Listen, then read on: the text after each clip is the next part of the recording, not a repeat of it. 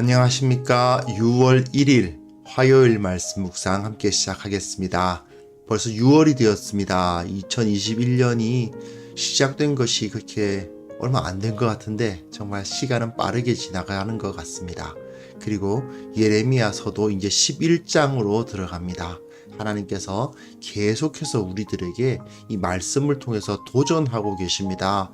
이런 도전을 어떻게 보면 좀 부담스럽게 느낄 수도 있습니다만은 이걸 통해서 또한 하나님이 정말 원하시는 것이 무엇인지를 생각할 수 있을 거라고 생각합니다. 오늘 본문이 조금 깁니다. 예레미야 11장 1절에서부터 13절까지인데요. 조금 길지만 이 본문 통해서 하나님의 마음을 한번 생각해 보는 시간 가졌으면 합니다. 그럼 바로 말씀을 보겠습니다.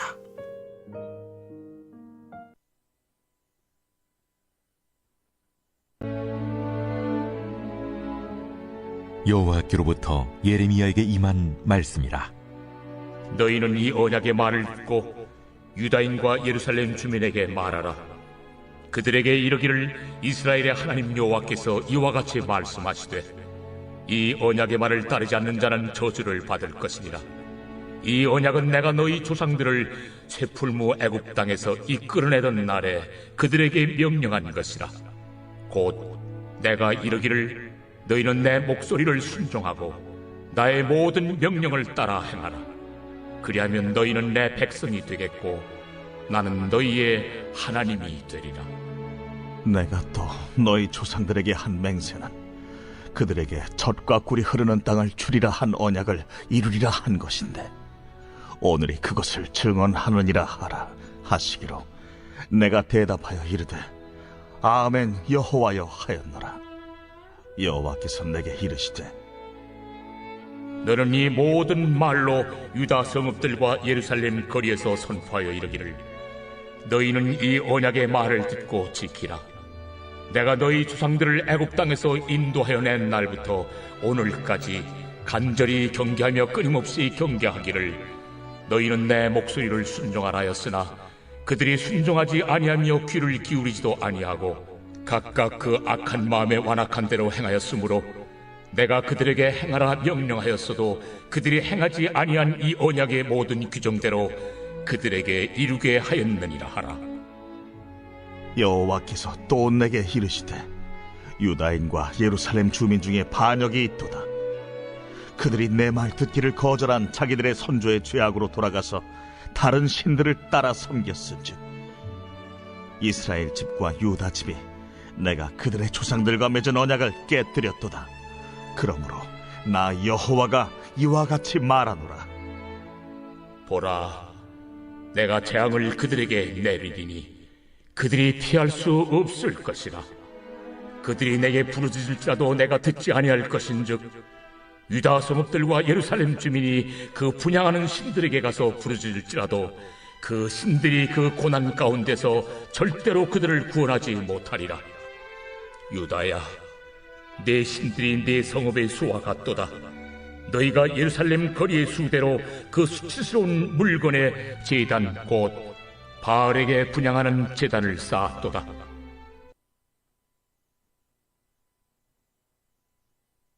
자, 오늘 본문 이제 계속 보시겠습니다. 이 전체적으로 예레미야를 개관해 보면요. 1장이 이제 부르심 이야기가 나오고 그 다음에 2장부터 24장이 임박한 심판 이야기가 나오는데 지금 계속 심판 부분을 다루고 있죠. 근데 2장부터 24장까지 내용이라 볼 수 있습니다만은 여하튼 1장에서부터 6장까지가 이 예레미야 전체의 하나의 그 서론 역할을 해요. 죄를 고발하고 회개하라 회개하라 외치고 그러나 회개하지 않으므로 너희들은 심판을 당할 수밖에 없다라는 선포가 주어지고요. 그 다음에 다시 7장에서부터 10장까지는 성전의 부패 그리고 회개하지 않는 민족들에 대한 이야기가 나오고 있었습니다. 그런데 2장부터 10장까지요. 2장부터 10장까지 이 내용을 이렇게 살펴보면 하나의 특징이 있어요.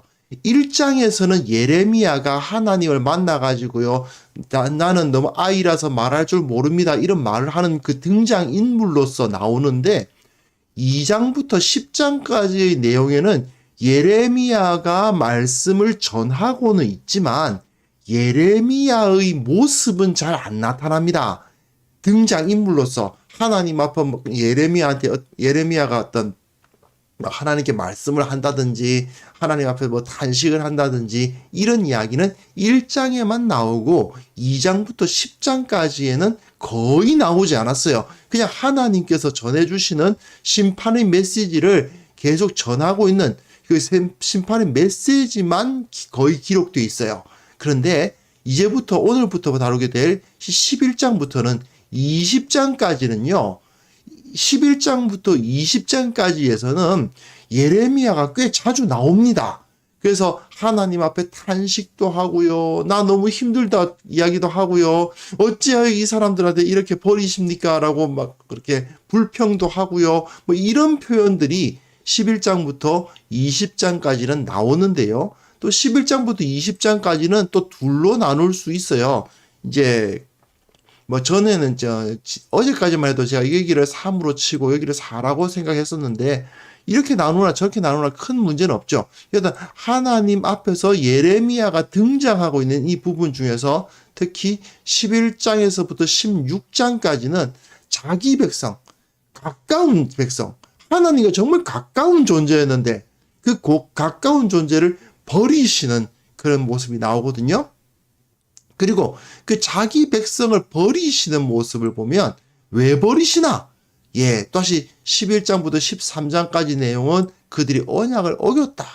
그리고 14장부터 16장까지는 그 선지자가 탄식을 하면서 어떻게 이 사람들이 버려집니까? 라고 막 탄식하는 그런 모습이 나와요. 그리고 11장부터 13장까지 내용을 또 나누어 보면요. 요렇게 또 이제 사실 오늘은 13절까지 다뤘는데요. 본문 때문에 좀 그래요. 사실은 17절까지 다룰 수 있으면 좋은데 그렇게 너무 기니까 그래서 날마다 솟는 샘물에서는 요 부분을 세 부분으로 나눠서 하고 그리고 요 부분을 두 부분으로 나눠서 전체를 요 11장부터 13장은 사실 이 네 부분으로 나누어지는데 그런데 이걸 6번에 걸쳐서 다룹니다. 그런데 이제 하나님의 말씀을 대언하는 마치 2장부터 10장까지 내용처럼 선지자가 거의 등장하지 않는 부분과 선지자가 등장하는 부분이 반복되어 나와요. 이렇게 선지자가 등장하지 않고 하나님의 말씀만 대언하는 부분이 11장 1절, 1절에서부터 17절까지 그리고 그 다음엔 선지자가 등장해서 자기 고향인 아나돗 사람들과 그 갈등을 겪는 이야기, 즉 이 예레미야 선지자가 겪은 이야기가 나오는 부분이 또 12장 6절까지 또 하나님의 말씀만 나오는 부분이 또 12장 7절에서부터 17절 좀 짤막하지만 한 군데 나오고요. 그리고 다시 선지자가 막 상징적 행위를 합니다. 막 띠를 가지고 이제 막 유브라데 가서 묻고 막 그런 여러 가지 행동을 하는데 이 선지자가 등장해서 이제 어떤 행동을 하면서 말씀을 전하는 부분 이렇게 나오는 부분이 이렇게 반복되어서 나와요. 말씀만 전해졌다가 선지자가 어떤 행동을 하고 또 말씀만 전해지고 선지자가 어떤 행동을 하는 이런 반복이 이루어진다 하는 걸 좀 보시면 나름대로는 이제 재미가 있습니다. 나름 뭐 이제 이 구조에 대해서 그렇게 크게 관심을 안 가지시는 분도 있습니다만은 이렇게 나름대로는 구조를 맞춰가지고 기록해 놓은 겁니다. 물론 예레미야가 처음부터 끝까지 쭉 쓴 것이 아니라는 건 이미 말씀을 드렸죠. 이 예레미야 말씀을 모을 때 그래도 이렇게 나름대로 구조화 시켜서 만들어 놓았는데 사실 오늘 그러니까 11장 1절부터 17절까지 한꺼번에 다룰 수 있으면 좋기는 해요. 왜냐하면 이제 전체 한 덩어리니까. 그런데 너무 길어요. 본문이. 그래서 저도 그냥 날마다 솟는 샘물이 다루어 놓은 것처럼 13절까지만 오늘 다루려고 합니다. 자, 오늘 본문 보시면요. 자, 본문이 꽤 길죠. 1절부터 5절까지 내용인데 언약 이야기가 나옵니다. 언약. 이 언약 이야기가 상당히 여기서 중요한 주제로서 제시가 됩니다. 하나님하고 이스라엘 백성이 약속을 했다는 거예요. 약속을 해서 언약을 맺었는데 그 언약은 어떤 언약이냐? 그냥 약속이 아니고요. 여기서 언약이라고 할 때는 결혼과도 같은 겁니다. 왜 결혼식 하다 보면 신랑에게 묻지 않습니까? 뭐 신부를 당신의 아내로 맞이해서 여차 하겠느냐 물어보면 예 하겠습니다 그러고 신부에게도 묻고 그렇게 약속을 하죠. 그것과 같습니다. 하나님과 이스라엘은 서로 언약을 맺은 관계예요.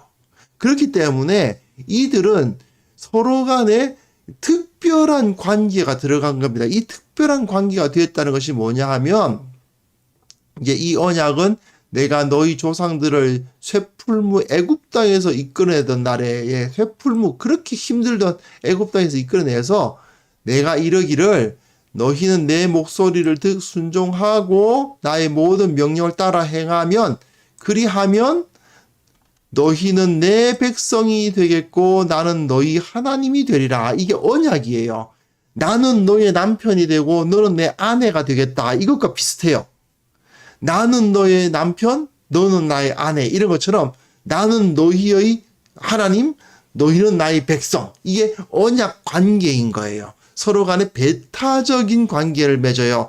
이 남자는 이 여자에게만 남편이고 이 여자는 이 남자에게만 아내인 것처럼 그러한 언약 관계라는 것은 그러니까 결혼한 것과 같이 아주 깊은 서로 간에 가까운 관계가 됐다. 이런 것을 의미하는 것입니다.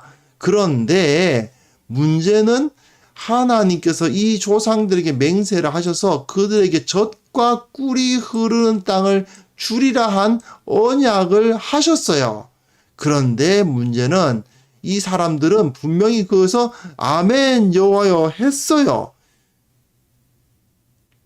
이게 중요한 거거든요. 이 사람들이 지금 언약을 맺었어요. 언약을 맺을 때 분명히 맹세로 맺었단 말이에요. 그런데 이 언약이 어떻게 되었습니까? 지켜지지 않아요. 계속해서 그 언약을 지키지 않으니까 이 여호와께서 어떻게 합니까? 너희는 이 언약의 말을 듣고 지키라고 계속해서 이야기하는 거예요. 왜 이런 말로 왜 하십니까? 안 지키니까. 유다가 예루살렘 거민들이 하나님과의 언약을 지키지 않습니다. 내가 너희 조상들을 애굽 땅에서 인도하여 낸 날부터 오늘까지 그러니까 수백 년이에요. 수백 년 동안 간절히 경계하며 끊임없이 경계하기를 너희는 내 목소리를 순종하라 하였으나 그들이 순종하지 아니하며 귀를 기울이지도 아니하고 각각 그 악한 마음의 완악한 대로 행하였다. 수백 년 동안 하나님께서는 계속해서 언약을 지켜라. 내 말에 순종하라. 이렇게 말씀을 하셨는데 그런데도 이들은 지키지 않았다는 거죠. 그러니 어떡합니까? 그들이 순종하지 아니하며 귀를 기울이지도 아니하고 각각 그 악한 마음에 완악한 대로 행하였으므로 이제는 어떻게 해요? 이 언약의 모든 규정대로 그들에게 이루게 하였느니라. 네, 징벌을 내리시겠다는 거죠. 자, 이거는요. 하나님과 이스라엘의 언약이 깨어졌는데 왜 깨진 겁니까? 이스라엘이 범죄했기 때문이에요. 전적으로 이스라엘이 그리고 유다와 예루살렘 거민들이 잘못한 겁니다. 예를 들어서 부부 관계가 이제 언약인데 그 언약이 깨지는 걸 이렇게 보면은요. 사실 어느 한쪽이 결정적으로 이제 잘못을 하죠. 뭐 외도를 했다. 뭐 남편이 외도를 했다. 뭐 아내가 외도를 했다. 이래 가지고 이제 그 관계가 깨진다라고 합시다. 그랬을 때 남편이 외도한 데 있어서 아내는 전혀 남편에게 잘못한 것이 없는데 남편이 외도를 했다거나 이 남편은 정말 신실하게 아내에게 잘했는데 아내가 외도를 했다거나 그럴 수도 있어요. 하지만 보통 인간 그 생활을 보면은 그렇지 않은 경우가 많이 있지 않습니까? 사실은 쌍방간에 서로 잘못을 하는데 이쪽이 한 70% 잘못을 하면 이쪽이 한 30% 잘못하고 뭐 이런 일들이 보통입니다. 하지만 하나님과 이스라엘의 관계에서는 어떻다는 것입니까? 이스라엘이 100% 잘못한 거예요. 하나님께서는 이스라엘에게 완전한 은혜와 완벽한 충실함, 그러니까 언약을 정말 온전히 지켜 주셨음에도 불구하고 이 자들은 계속해서 언약을 어겼다. 이게 이제 이 예레미야 선지자가 선포하고 있는 내용이죠. 그리고 이제 그 마지막 부분 보시면요. 반역이 있습니다. 반역이 뭐냐? 다른 신을 섬기는 거예요. 그들이 내 말 듣기를 거절한 자기의 선조의 죄악으로 돌아가서 다른 신들을 따라 섬겼다.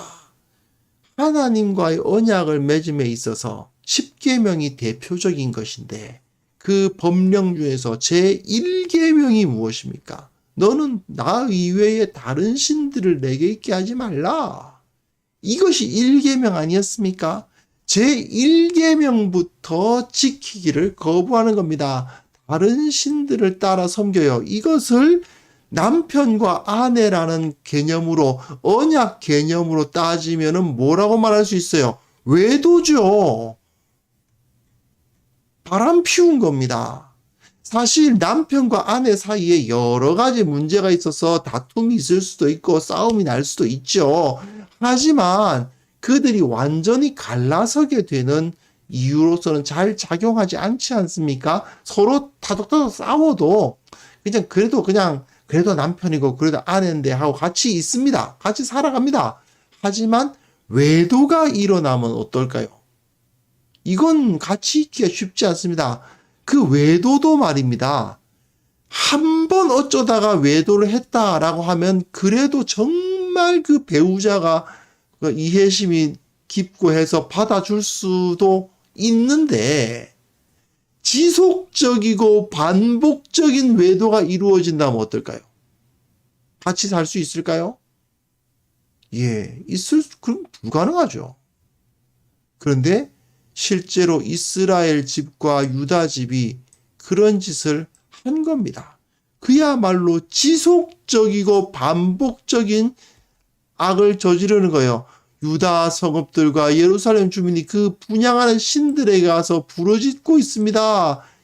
어느 정도냐? 내 신들이 내 성읍의 수와 같다. 거기에 있는 여러 성읍들, 그러니까 도시들이 있는데 그 도시마다 신들이 따로 다 있어요. 그리고 여기가 예루살렘 거리의 수대로 그 수치스러운 물건의 제단, 그 바알에게 분향하는 제단을 쌓았다. 예루살렘 거리마다 바알에게 분향하는 제단이 다 따로 있더라 이겁니다. 자, 이거 굉장합니다. 유다에 예루살렘이라는 도시만 있는 것이 아니고 여러 도시가 있었겠죠. 뭐 베들레헴도 있고요. 여러 가지 도시가 있는데 그 작은 성읍마다 다 자기네들이 섬기는 신들을 하나씩 갖고 있는 겁니다. 이건 뭐냐 하면 우리 중앙정부의 신은 여호와 하나님이고 우리 지방자치단체의 신은 뭐 바알이고 우리 지방자치단체의 신은 뭐 다곤이고 뭐 이런 식이에요. 이러니 어떻게 이들이 하나님의 백성이라고 할 수 있겠습니까? 자, 거의 사사기 수준이나 다름이 없는 거죠. 자, 사사기에서 우리 삼손 이야기 한번 생각해 봅시다. 삼손은 나면서부터 나실인이었죠. 나실인은 어떻게 해야 됩니까? 포도주나 포도의 소산 절대로 먹으면 안 되죠. 그리고 정말 부모가 죽어도 그 시체를 가까이 해서는 안 됩니다. 자기 자신을 완전히 정결하게 다루고 그리고 머리카락을 자르지 않아요. 계속 기르고 다닙니다. 그게 이제 나실인의 모습이에요. 그걸 통해서 하나님 앞에 자신이 거룩함을 유지해 갑니다. 그런데 삼손은 어떻습니까? 나면서부터 나실인이었던 자가 블레셋 사람들과 혼인을 하지 않나. 사자를 때려 죽인 다음에 그 시체에서 난 꿀을 따먹지를 않나. 시체를 막 거리낌 없이 만지고 혼인 관계를 막 그냥 마음대로 이방인과 혼인을 하고 그런 악행을 다 해요. 그럼에도 불구하고 하나님 어떻게 하십니까? 그에게 성령을 주셔서 그야말로 괴력을 발휘해서 그 블레셋과의 전투에서 이기게 하시죠. 다 승리를 주십니다. 하지만 그 머리카락이 밀리면 어떻게 됐나요? 더러운 거 다 만졌어요. 죄 다 지었어요. 이방인과 혼인까지 해요. 들릴라라는 그 블레셋 여인과 함께 살기까지 합니다. 그 상황에서 이 사람이 나실인이라고 할 만한 어떤 그 증거는 머리카락 긴 거 외에는 아무것도 없는 상태인 겁니다. 우리 식으로 말하면 어떤 걸까요? 도대체 월요일부터 토요일까지 그리스도인답게 살아가고 있는 게 하나도 없어요. 집에 성경책이 꽂혀 있긴 하지만 그냥 뭐 주일날 아침에 한번 꺼내가지고 그거 들고 가고 있는 것일 뿐 그거 한번 펼쳐보는 일이 없어요. 뭐 요즘은 아예 뭐 예배 시간에 성경책 안 들고 가죠. 자막으로 다 뜨니까 성경책 들고 가지도 않습니다. 성경책도 안 들고 가고 그냥 뭐 성경책 읽어볼 생각도 하지 않고 뭐 기도하는 생활 전혀 없고 일상생활에서 그리스도인답게 보이지도 않고 어쩌다가 주일날 이번 일요일날 뭐해 그러면 아 교회 가야 되는데 오 그러면 당신 교회 다녔어? 하는 소리를 듣는 그 누구도 저 사람이 예수 믿는 사람이라는 어떤 특성을 전혀 알지 못하며 살다가 그래도 주일날만 되면 그래도 이제 예배당은 가야지 하고 예배당 가서 예배는 드리고 있다고 칩시다. 이 사람에게 있어서 이 예배당과 주일날 예배 드리는 것은 삼손의 머리카락과 같은 거예요. 그렇지 않습니까? 주일날 예배 드리는 거 하나가 이제 삼손 머리카락이에요. 만약에 그 주일날 예배 드리는 것까지 안 하게 되면 삼손에게서 머리카락까지 밀려버리는 것과 똑같은 상황인 거죠. 나실인이라는 어떤 표시가 하나도 안 남는 삼손처럼 우리가 그 마지막 그래도 예수 믿는 사람 맞네 싶도록 하는 그것까지 다 사라져 버리면 어떻게 됩니까? 예, 버림을 받는 것입니다. 하나님께서 지금까지 우리를 지켜주시고 그래도 날마다 때마다 쓸 것과 입을 것과 마실 것을 주시고 그래도 우리에게 건강 허락하여 주시고 그래도 우리에게 뭐 마음의 평안과 나름대로의 인생의 살아가야 할 길을 알려주시는 역할을 그 어떤 역사를 경험하죠. 그런데요, 죄를 지음에도 불구하고 하나님 앞에 신실하게 살지 못함에도 불구하고 하나님께서는 그런 은혜 허락해 주시는 경우가 많이 있습니다. 왜요? 그래도 머리카락은 길게 유지하고 있는 거죠. 그래도 예수 믿는다고 할 만한 어떤 그 조그마한 뭐랄까 특징이라도 좀 갖고 있는 거죠. 그래도 얘가 기도는 하네. 그래도 얘가 주일날 안 빠지고 예배는 드리네. 그래도 얘가 그래도 이제 나 믿는다고 이런 걸 하는구나. 뭐 그런 게 있으니까 하나님께서 완전히 버리시지는 않는 경우가 많이 있습니다. 하지만 그것마저 유지하지 못하는 경우가 벌어지면 하나님께서 도대체 네가 하나님의 백성 그리스도인이라고 불릴 만한 뭐가 증거가 되냐? 너는 도대체 그리스도인으로서 하는 게 뭐니? 예, 그렇게 되면 어떻게 되나요? 버려집니다. 하나님의 징계와 회초리를 맞게 되는 것입니다. 사실 우리가 어떻게 해야 됩니까? 처음에는 이제 예수 감 믿으면 그래도 주일날 예배 드리죠. 일주일에 한 번씩 예배 드리는 수준에서 더 나가야죠. 말씀도 이제 읽게 되고 매일 기도 생활도 좀 하게 되고 성경 묵상도 매일 하게 되고 그러다가 조금 이제 헌금 생활도 좀 이제 해서 이제 11조도 드리고 또 뭐 감사한 일 있으면 헌금 생활도 하고, 그러다가 또 다른 사람들 도울 일 있으면 봉사도 하고, 이렇게 점점 우리 신앙생활이 발전해 나가는 거 아니겠습니까? 그리고 일상생활 가운데에서, 직장에서 정말 그리스도인으로서, 소금으로서, 빛으로서 살아가면서 사람들을 감동시키고, 그런 일들까지 계속 발전해 나가야 되는데, 그런데 오히려 퇴퇴해가는 경우가 생기는 겁니다. 예전에는 예전에는 성경도 읽고 하더니 요즘엔 성경도 안 읽고, 예전에는 그래도 매일 아침마다 기도 시간 갔더니 기도도 안 하고, 겨우 이제는 예배 드리다가 이제 코로나라고 이제 온라인 예배라도 드린다고 하면 온라인 예배로 다 변환되는데, 온라인 예배도 이제 예배도 아니고 그냥 뭐랄까, 그런 식으로 점점 우리의 신앙이 다운되고 바닥까지 내려가게 되면요, 하나님께서 우리를 지켜주시고 보호하시는 은혜가 언제 끊어질지 모른다는 것을 우리가 깨달아야 됩니다. 하나님의 징계와 회초리를 당하기 전에 말씀 앞에 서서 하나님께서 우리들에게 계속 회개하라, 돌아오라 말씀하시거든요. 그때마다 내 삶 속에 있는 모든 우상들을 제거하고 하나님의 나라와 그 의를 위해서 살겠다는 결단을 새롭게 하고, 무엇보다도 하나님을 사랑하고 주님 앞에 나아가겠다는 그 마음으로 주님 앞에 경건함을 회복하는 그러한 노력을 해야 될 것입니다.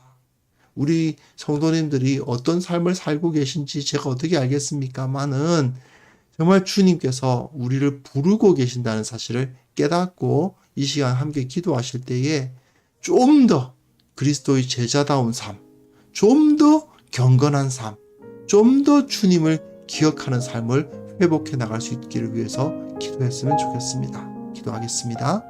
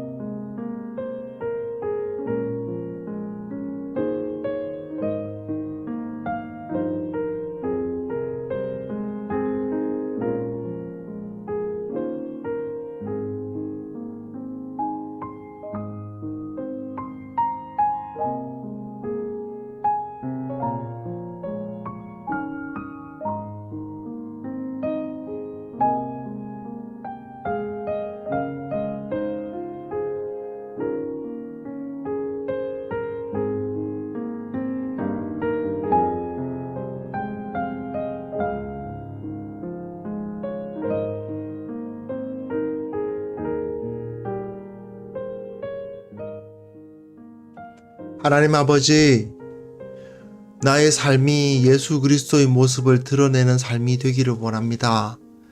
참으로 저 사람은 정말 신앙인이다, 정말 그리스도의 제자다, 사람들이 나를 인정하고 정말 저 사람 예수를 믿으려면 저렇게 믿어야 된다는 소리를 들을 수 있는 그런 신앙인으로서 우리가 설 수 있도록 도와주옵소서. 그것을 위해서 정말 노력해야 되겠습니다. 말씀 앞에 서려고, 기도 시간 지키려고 최선을 다하고 어떻게든 선한 삶을 살기 위해서 노력하는 우리가 되도록 도와주옵소서. 주님, 특별히 우리 교회를 주님께서 붙들어 주셔서 교회가 더욱더 거룩하게 하여 주시고, 교회 가운데 우상이 서지 않도록 도와주시고, 오직 예수 그리스도 우리 주님만을 바라보며 주님처럼 살다가 주님처럼 죽겠노라 고백하는 자들로 가득하게 하여 주옵소서. 아버지 하나님, 이러한 마음을 가진 그리스도인들이 이 땅 가운데, 온 세계 가운데 가득해지기를 원합니다. 더 이상 마음에 우상을 품지 아니하고, 참으로 죄악을 저질렀다면 회개하고 우상들을 다 내어버리고 다 불태워버리고 주님께 돌아와 주님 앞에 나와 주님 앞에 두 손 들고 나와서 주께서 은혜에 베푸시기를 구하는 그런 부흥의 역사를 우리들에게 허락하여 주시옵소서. 아버지, 오늘 하루 주님 앞에 의탁합니다. 우리들에게 죄가 있다면 죄를 다 드러내어 주셔서 온전히 회개하는 자리가 되게 하여 주시고, 참으로 주님 앞에 나아가기에 참으로 나태했던 것들이 있다면, 게을러졌던 것들이 있다면 이 시간 회개하고 더욱 최선을 다해서 주님을 섬길 수 있도록 도와주시고, 주님을 만나고 주님 앞에 변화되는 그런 역사들을 경험하게 하여 주옵소서. 아버지, 이것을 통해서 주님의 능력, 주님의 보호하심, 주님의 함께하심을 경험하면서 감사 찬송드리며 기뻐하며 하루를 살아가는 귀한 성도들 다 될 수 있도록 도와주옵소서. 주님께서 오늘 하루도 함께하여 주실 것을 믿사오며 예수 그리스도의 이름으로 기도합니다. 아멘.